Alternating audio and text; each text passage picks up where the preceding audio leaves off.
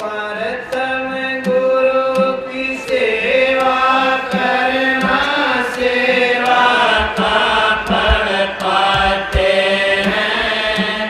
गुरु सेवा से मेवा मिलती, पाप कर्म जड़ जाते हैं। सत्संग साधन बड़े जरूरी, भरम सभी टल जाते हैं। तारा चंद जो जान धर्म ज्योति में मिल जाते हैं।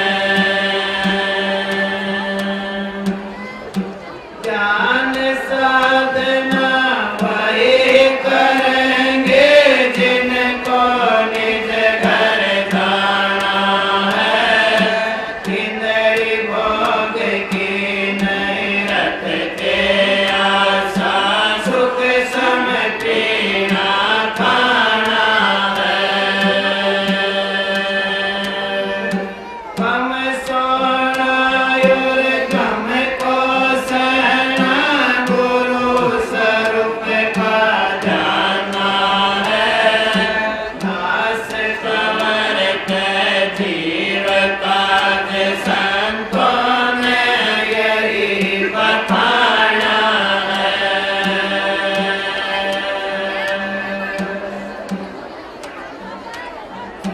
संगत तो कर ले गुरुदेव के, तेरा पड़ेगा भजन में से। संगत को कर ले गुरुदेव के, तेरा पड़ेगा भजन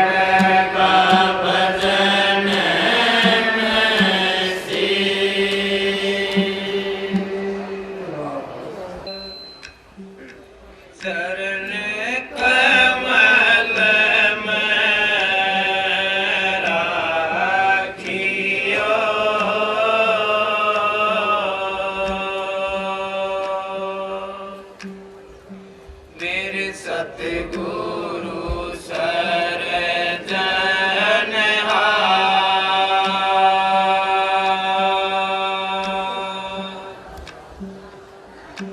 हाथ जोड़ करूं बिनती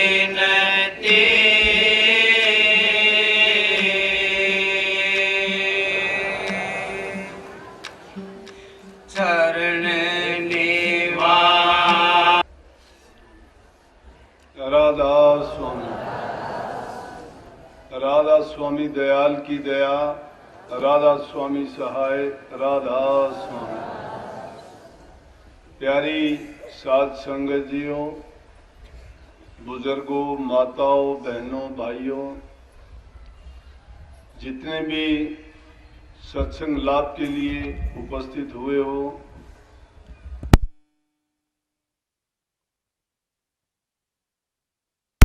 सत्संग लाभ उठाओ।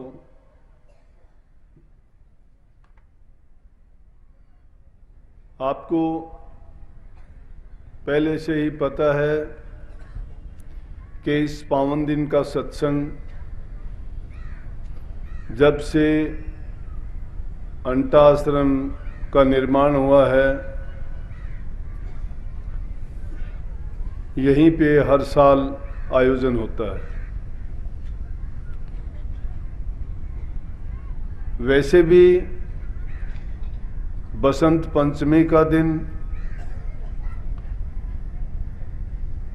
एक विशेष महत्व रखता है और हमारे लिए तो इससे बड़ा दिन हो ही नहीं सकता।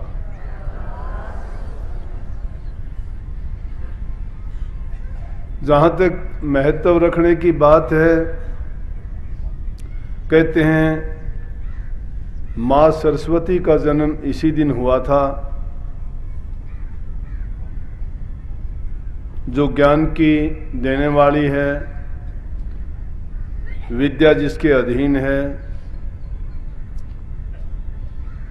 तो विद्या ज्ञान समझ से बढ़ के कोई चीज नहीं। दूसरी चीज, अगर हमारे देश की भौगोलिक परिस्थितियों को देखा जाए तो इस दिन को ज्यादा हर्ष उल्लास से इसलिए मनाते हैं कि मौसम में एक बदलाव आता है। ये एक अलग बात है कि मौसम का मिजाज कभी कुछ होता है, कभी कुछ होता है, लेकिन फिर भी खेतों में लहलाती हुई फसलें, पेड़ों पर नई कोपड़ें झांकती हुई नजर आती हैं। आमों के पेड़ों पर फूलों की मीठी मीठी सुगंध, पक्षियों की सर्दी के बाद चहचहाने की मीठी आवाज, सुरीली आवाज सुनने को मिलती हैं। जो सर्दी से बचने के लिए इधर उधर पक्षी चले जाते हैं, वो भी वापस अपने स्थान पे आते हैं। खेतों में सरसों की फूली हुई फसल, शरीर में भी एक अजीब प्रकार की स्फूर्ति, शक्ति और ऊर्जा नजर आती है। और हमारे लिए विशेष रूप मैंने क्यों कहा कि स्वामी जी महाराज जी ने राधा स्वामी मत को प्रकट किया। आम लोगों के लिए बिल्कुल सरल, सीधा और सुगम रास्ता, जिसमें छोटे से छोटा बच्चा 8 साल का भी और 60 साल का भी जिस काम को करके अपने जीवन को सफल बना सकता है, तो आम जन के लिए सन 1861 में बसंत पंचमी के दिन सत्संगियों के अनुरोध पर स्वामी जी महाराज ने जारी किया था। तो जब भी इस दिन यहां एकत्रित होते हैं, ये बात जबान पे आए बिना नहीं रहती, क्योंकि जो विशेष चीज होती है, विशेष बात होती है, विशेष स्थान होता है, विशेष व्यक्ति होता है, कोई भी विशेषता जब सामने से गुजरती है और उसका हमें याददाश्त ताज़ी करवाते हैं, तो हमें उसी वक्त की, उसके गुणों की, उसकी सुंदरता की सारी चीज़ें हमारे दिमाग में ताज़ा हो जाती हैं। तो इसलिए इस विशेष दिन को, और महाराज जियों ने भी इसको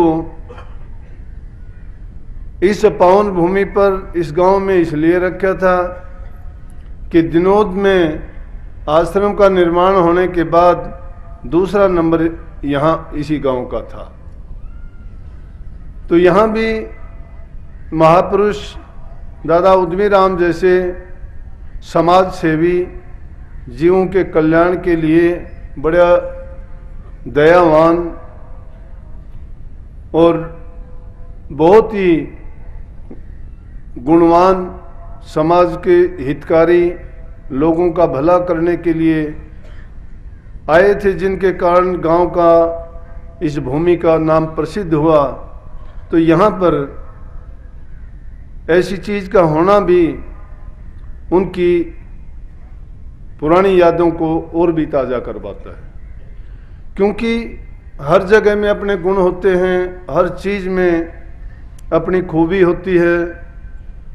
भूमि भी कोई पवित्र होती है, कोई भूमि ऐसी होती है जिसमें कोई भी अच्छा काम कभी होता ही नहीं। पर प्रकृति करवट लेती है, बदलती रहती है, लेकिन फिर भी कुछ शैतान ऐसे हो जाते हैं। आप देखोगे यहाँ से थोड़ी दूर पे यही भूमि थी, पानीपत के मैदान में 3 बड़ी बड़ी कितनी लड़ाइयाँ लड़ी गई, कितने लोग मारे गए उसमें। तो यही स्थान था। यहाँ पे इतनी क्यों थोड़ी दूर पे कुरुक्षेत्र की भूमि है, जहाँ पर कितना महायुद्ध हुआ, और उसी जगह पर कृष्ण भगवान ने गीता का उपदेश देके उस भूमि को भी पावन कर दिया। तो हर जगह का अपना अपना अलग से महत्व है। तो मैं कहूँगा इस गांव का भी एक ये विशेष महत्व था, और महाराज जियों ने इसमें इसी भूमि की पवित्रता को देख के यहाँ आश्रम का निर्माण किया। और मेरे लिए खास बात यह है कि मेरा जन्म भी यहाँ का है। क्यों, मैंने नाम की दीक्षा अंटा गांव से ही ली थी, तो इसलिए मैं तो कभी भूलता नहीं, बल्कि यहाँ जब आता हूँ तो यूं समझो मेरी मातृभूमि को मस्तक झुकाने के लिए आता हूँ। तो जो भी ऐसे दिन आते हैं सत्संगियों के लिए, तो हर दिन एक नया संदेश लेके आता है। और सत्संग का दिन तो यूं समझो कि उनके लिए एक वरदान सिद्ध होता है। सत्संग जरूरी भी है जीव के लिए। जितने अधिक सत्संग मिले उतना ही जीव का फायदा है। नहीं तो सत्संग से जब जीव की दूरी हो जाती है या काफ़ी लंबा समय हो जाता है, तो फिर संसारी चीज़ों का असर उस पर होना शुरू हो जाता है, और वो धीरे धीरे करके सत्संग की बजाय दुनियादारी की चीज़ों में, माया के जंजाल में और काल के चक्कर में फंसने का भय हो जाता है।